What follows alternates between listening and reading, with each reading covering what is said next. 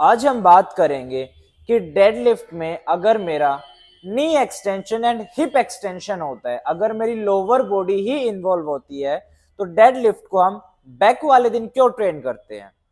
तो सबसे पहले हम डेडलिफ्ट की कुछ एनाटॉमी को, काइंसियोलॉजी को जानते हैं कि जब मैं डेडलिफ्ट करता हूं तो वहां पे मेरी बॉडी में जो जॉइंट एक्शन होता है वो क्या होता है, hip extension and knee extension.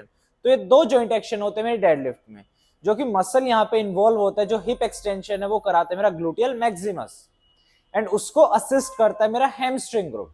Hamstring में भी मेरे पास तीन मसल आते हैं, बाइसेप फेमोरिस जिसके कि दो हेड है, long head and short head. उसके बाद हैमस्ट्रिंग ग्रुप में मेरे पास आता है सेमी मेम्ब्रेनोसिस एंड सेमी टेंडनोसिस। तो ये तीन मसल आते हैं मेरे हैमस्ट्रिंग ग्रुप में। उसके बाद आता है नी एक्सटेंशन। नी एक्सटेंशन कराता है मेरा क्वाड्रिसेप फेमोरिस। तो अगर मेरे पास ये जॉइंट एक्शन है, नी एक्सटेंशन हो रहा है, हिप एक्सटेंशन हो रहा है, तो हम क्यों बोलते हैं कि डेडलिफ्ट को हम बैक में इन्वॉल्व करना चाहिए।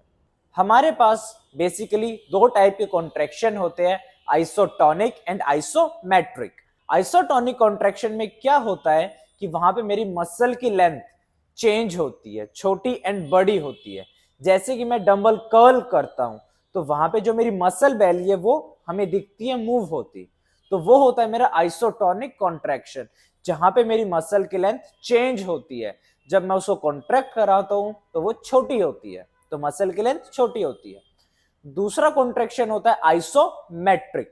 आइसोमेट्रिक कॉन्ट्रैक्शन में क्या होता है कि वहां पे मसल की लेंथ के ऊपर कोई भी चेंज नहीं आता है, बट मसल के ऊपर टेंशन बनी रहती है, मसल के ऊपर लोड आता है, तो वो ट्रेन होता है। तो बेसिकली हमारे पास ये दो तरीके के कॉन्ट्रैक्शन होते हैं, आइसोटोनिक एंड आइसोमेट्रिक। आइसोटोनिक में मसल की लेंथ छोटी बड़ी होगी, आइसोमेट्रिक में मसल की लेंथ के ऊपर कोई भी चेंज नहीं आएगा, बट उसके ऊपर स्ट्रेस बना रहेगा। एंड जब मैं डेडलिफ्ट करता हूं, डेडलिफ्ट के टाइम पे भी मेरी जो लोअर बॉडी है वहां पे आइसोटोनिक कॉन्ट्रैक्शन होता है, मेरे नी जॉइंट के ऊपर एंड मेरे हिप जॉइंट के ऊपर। वहां पे मसल मूव करते हैं, मेरे मसल की लेंथ छोटी बड़ी होती है, बट जो मेरी अपर बॉडी होती है वो मेरी आइसोमेट्रिक कॉन्ट्रैक्शन में रहती है, कि जो वेट है वो मेरी स्पाइन को, मेरी अपर बॉडी को नीचे की तरफ झुकाता है। बट मैं वहां पे क्या करता हूं, अपनी स्पाइन को झुकाने की बजाय उसको स्ट्रेट रखता हूं। एंड जब मेरी स्पाइन एक्सटेंशन है, स्पाइन एक्सटेंशन का काम किसका है, इरेक्टस स्पिने एंड मल्टीफिडस का। तो स्पाइन एक्सटेंशन होता है मेरा इरेक्टस स्पिने एंड मल्टीफिडस से। तो मेरी अपर बॉडी को स्टेबल रखने का काम है मेरे ट्रांसवर्स एब्डोमिनस का, जो कि मेरे कोर का मसल है, एंड उसके साथ साथ मेरे स्पाइन एक्सटेंसर्स का। स्पाइन एक्सटेंसर्स में आते हैं मेरे पास इरेक्टस स्पिने मल्टीफिडस, जो कि मेरे आइसोमेट्रिक कॉन्ट्रैक्शन में अपर बॉडी में ट्रेन होते हैं। तो अपर बॉडी भी ट्रेन हो रही होती है, मेरी लोअर बॉडी भी ट्रेन हो रही होती है। अपर बॉडी में मेरे पास आइसोमेट्रिक कॉन्ट्रैक्शन हो रहा होता है, लोअर बॉडी में मेरे पास आइसोटोनिक कॉन्ट्रैक्शन हो रहा होता है। तो मेरी कंप्लीट बॉडी डेडलिफ्ट में ट्रेन होती है, जिसकी वजह से डेडलिफ्ट को किंग ऑफ एक्सरसाइज भी बोला जाता है। एंड जो डेडलिफ्ट है वो एक ऐसी कंपाउंड एक्सरसाइज है जिसको हम स्ट्रक्चरल मूवमेंट भी बोलते हैं। क्यों? क्योंकि इससे मेरी तकरीबन पूरी बॉडी एक साथ वर्क करती है, एक साथ ट्रेन होती है। तो इसलिए डेडलिफ्ट को कंपाउंड स्ट्रक्चरल मूवमेंट भी बोला जाता है, स्ट्रक्चरल कंपाउंड मूवमेंट भी बोला जाता है। तो अब हम बात करें कि अगर मेरी लोअर बॉडी भी इन्वॉल्व हो रही है, तो क्यों ना इसको हम लेग वाले दिन ट्रेन करें। क्योंकि जो लोअर बॉडी है वहां पे हो क्या रहा है, हिप एक्सटेंशन हो रहा है एंड नी एक्सटेंशन हो रहा है, जो कि मेरा ग्लूटियल मैक्सिमस कराता है, उसको असिस्ट करता है हैमस्ट्रिंग ग्रुप, एंड क्वाड्रिसेप कराता है मेरा knee extension. And same joint action, same muscle involvement मेरे स्क्वाट्स में भी होते हैं। तो डेडलिफ्ट को हम लेग्स वाले दिन क्यों नहीं ट्रेन करते, डेडलिफ्ट को हम सिर्फ बैक में ही क्यों ट्रेन करते हैं, इसके पीछे का रीजन समझो आप। जब मैं स्क्वाट्स करता हूं तो मैं कंप्लीट नीचे बैठता हूं एंड देन कंप्लीट खड़ा होता हूं। तो जो रेंज ऑफ मोशन होती है मेरे नी जॉइंट के ऊपर एंड मेरे हिप जॉइंट के ऊपर, रेंज ऑफ मोशन कंप्लीट होती है।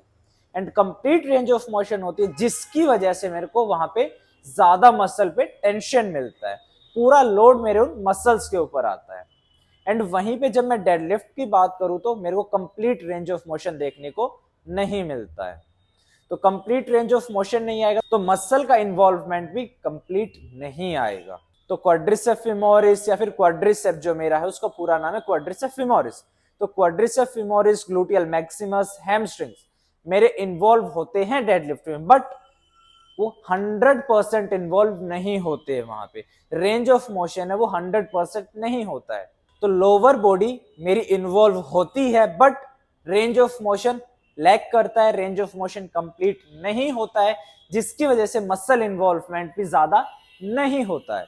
बट मैं अगर बात करूं अपर बॉडी की, मेरे स्पाइन एक्सटेंसर्स की, मेरे कोर की, वहां पे टेंशन कंटिन्यू बनी रहती है, कंसेंट्रिक फेस में भी एंड इसेंट्रिक फेस में भी।